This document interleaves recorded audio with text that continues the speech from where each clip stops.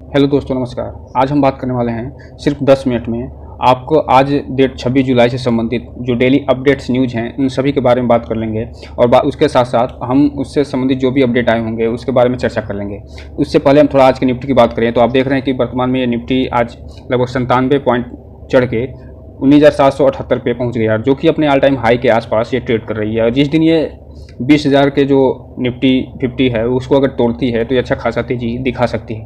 तो चलिए दोस्तों, आज के हम उस न्यूज़ के बारे में देख लेते हैं और साथ ही साथ उसके हम जो डेली अपडेट्स आई हुई हैं उनके बारे में देख लेते हैं। आज की अगर हम पहले न्यूज़ की बात करें तो आप यहाँ देख रहे हैं भारत पेट्रोलियम कॉर्पोरेशन लिमिटेड से संबंधित जो Q1 के रिजल्ट आ गए हैं उसमें शुद्ध लाभ जो है वो पिछले साल की 6,147 की तुलना में बढ़ के 10,644 करोड़ रुपये आ गया है। वहीं अगर राजस्व की बात करें तो ये पिछले साल की तुलना में कम होकर 1,38,000 से घटकर 1,28,000 रुपये आ गया है। वहीं अगर साथ ही साथ बजाज फाइनेंस का भी यहाँ पे देख रहे हैं कि रिजल्ट आ गया है और इसका जो मुनाफा है वो पिछले साल की तुलना में 2,596 करोड़ से बढ़ के 3,436 करोड़ रुपये आ गया है। वहीं एथर इंडस्ट्री का भी रिजल्ट आ गया है और इसका सालाना 160 करोड़ रुपये से आय बढ़कर 161 करोड़ रुपये हो गया है, जबकि प्रॉफिट आफ्टर टैक्स पिछले साल 31 करोड़ की तुलना में इस समय 30 करोड़ हो गया है।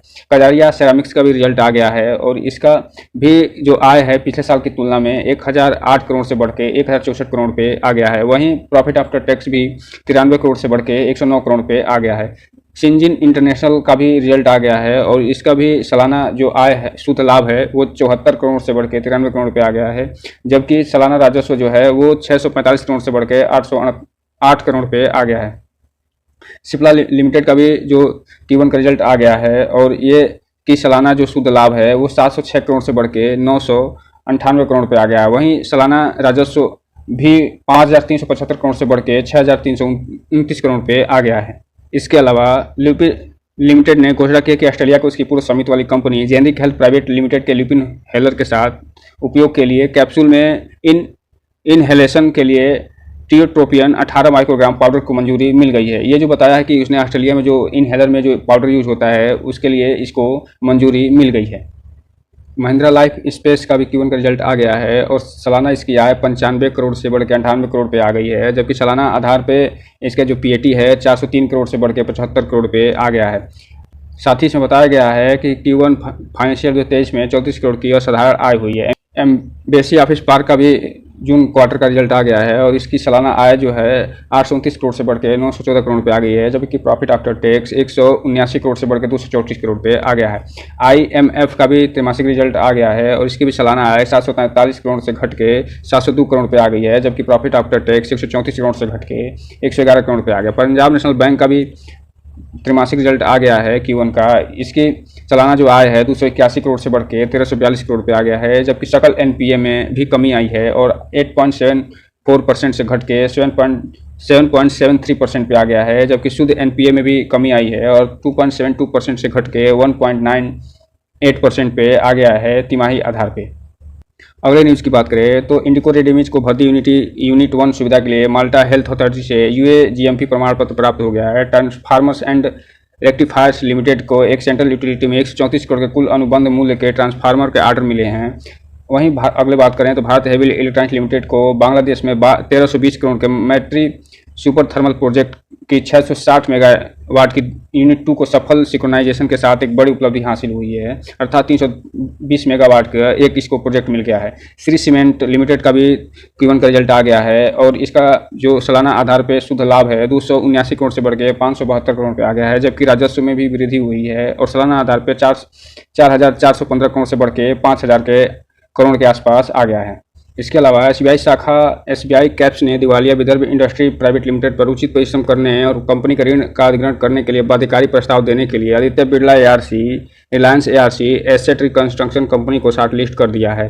अर्थात इसमें 3 कंपनियां शॉर्ट लिस्ट हो गई हैं। इससे संबंधित वीडियो हमने अभी डाल दिया है, आप वहां पर जाके देख सकते हैं। भारतीय प्रतिभूति और विनिमय बोर्ड जी एंटरटेनमेंट के मुख्य कार्यकारी पुनीत गोयनका के खिलाफ प्रतिभूति अपीलीय अधिकरण के 10 जुलाई के आदेश को संशोधित करने के लिए एक आवेदन दायर कर दिया गया। यूनाइटेड स्पिरिट ने 150 मिलियन में 6,078 अनिवार्य परिवर्तन वरीयता शेयरों की सदस्यता को लेकर शराब निर्माता नाउ स्पिरिट एंड बेवरेजेज में 30% हिस्सेदारी का अधिग्रहण कर लिया है। लार्सन टुब्रो कंपनी ने अब कंपनी के सदस्यों से 3,000 प्रति शेयर की अधिकतम कीमत पर ₹2 के अंकित मूल्य के 3,33,00,000 पूरी तरह से भुगतान किए गए इक्विटी शेयरों की बायबैक को मंजूरी दे दी है। बजाज ऑटो और अमेरिका स्थित ट्रायम्फ मोटरसाइकिल लिमिटेड एक साल में 1 या 2 और सह विकसित मोटरसाइकिल लॉन्च करने की योजना बना रहे हैं। महिंद्रा एंड महिंद्रा ने इलेक्ट्रिकल घटकों और सॉफ्टवेयर पर अधिक ध्यान देने के लिए ऑटोमोबाइल और ट्रैक्टर व्यवसाय के लिए पार्ट्स की तेजी से आपूर्ति सुनिश्चित करने के लिए अपनी रणनीति सोर्सिंग इकाई का पुनर्गठन किया है। इसके अलावा ट्यूब निवेश कंपनी के एक सहायक company TL clean mobility private limited ने पूर्व स्वामित्व वाली company TI Voltvik electric vehicle private limited को शामिल कर लिया है। उग्र कैपिटल ने 5 लाख रुपए अंकित मूल्य के वाणिज्यिक पत्रों को 400 इकाई आवंटित की है, जिनकी कुल कीमत 9.25% प्रति वर्ष के रियायती दर पर 20 करोड़ होने की संभावना है। आईआरसीटीसी ने भारत में ज्योतिर्लिंगों पर राम कथा को कवर करने के लिए 2 भारत गौरव ट्रेन लॉन्च करने की योजना बना रहा है, जो पर्यटकों के लिए होगा। आईटीआई लिमिटेड ने स्टार्टअप कंपनियों के लिए 18 जुलाई 2023 को digital communication innovation square Bharat सरकार योजना के तहत एमएसएमई के लिए 20 जुलाई 2023 को आईटीआई पैनल में शामिल विक्रेताओं के लिए 21 जुलाई 2023 के कॉन्क्लेव का आयोजन किया है। कैन फिन होम्स का कहना है कि अम्बाला शाखा के 3 कर्मचारियों ने 38 करोड़ की धोखाधड़ी की एफआईआर दर्ज करा दी गई है। धोखाधड़ी के दुरुपयोग की गई राशि की सीमा तक लाभप्रद पर एकमुश्त प्रभाव पड़ेगा और इसकी संपत्ति गुणवत्ता पर कोई प्रभाव नहीं पड़ेगा। डेल्टा कार्प जो कि गेमिंग कंपनी है, इसका भी रिजल्ट आ गया है। इससे संबंधित एक 28% का जो जीएसटी लगा था, उसके बाद इसमें लगातार गिरावट देखी जा रही थी। इसी का रिजल्ट आया है। इसमें आप देख रहे हैं कि सालाना आधार पर 250 करोड़ से बढ़ के 273 करोड़ हो गया, जबकि प्रॉफिट आफ्टर टैक्स 57 करोड़ से बढ़ के 68 करोड़ पे आ गया है। टाटा मोटर्स डीवीआर शेयरों को साधारण शेयरों में बदलने की योजना बना ली गई है टाटा मोटर्स द्वारा, और डीवीआर के 10 शेयरों पे टाटा मोटर्स के 7 शेयरों को जारी करने का ऐलान कर दिया गया है। सनटेक रियल्टी का Q1 का रिजल्ट आ गया है। इसके का प्री सेल्स 333 करोड़ से बढ़ के 387 करोड़ पर पहुंच गए हैं सालाना आधार पे, जबकि संग्रह इसका 285 करोड़ से बढ़ के 288 करोड़ पे पहुंच गया है। अगली न्यूज़ की बात करें तो जुबिलियंट इन्वेग्रिया कमर्शियल पेपर्स के जरिए 125 करोड़ रुपए जुटाने की योजना बना रही है। Larsen Toubro board and L&T super offshore limited private limited ने सपुरा नॉटिकल पावर पीटीआई लिमिटेड की पूर्व शेयरधारिता के अधिग्रहण को मंजूरी दे दी है। L&T super offshore private limited Sapura nautical private limited के साथ लगभग 60-40 का संयुक्त उद्यम है।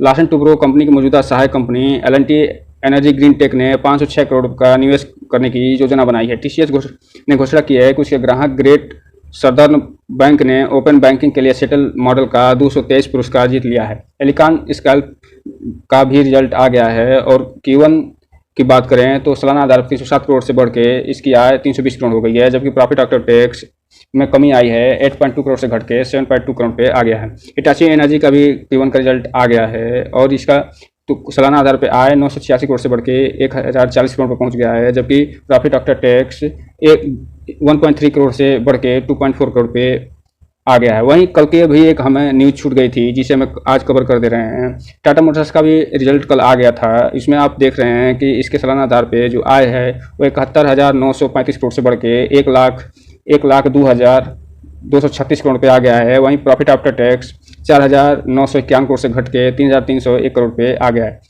तो दोस्तों, ये रहा आज का टोटल डेली अपडेट्स न्यूज़। इससे संबंधित अगर कोई भी आपको इसमें ज़रूरी कुछ और चीज़ लगे तो आप कमेंट करके बता सकते हैं, और इस वीडियो को लाइक तो कर ही दे दीजिए, ताकि इससे हमें मोटिवेशन मिले और इसमें और हम सुधार करके अच्छे से अधिक अच्छे वीडियो बनाने का प्रयास करें। तो दोस्तों, ये रहा आज का अपडेट। इस वीडियो को लाइक करें, सब्सक्राइब करें और घंटा दबाना तो बिल्कुल ना भूलें। साथ ही साथ शेयर तो ज़रूर करें, ताकि समय समय पे जो आप नई वीडियो की अपडेट है आपको सबसे पहले मिल सके। जय हिंद दोस्तों।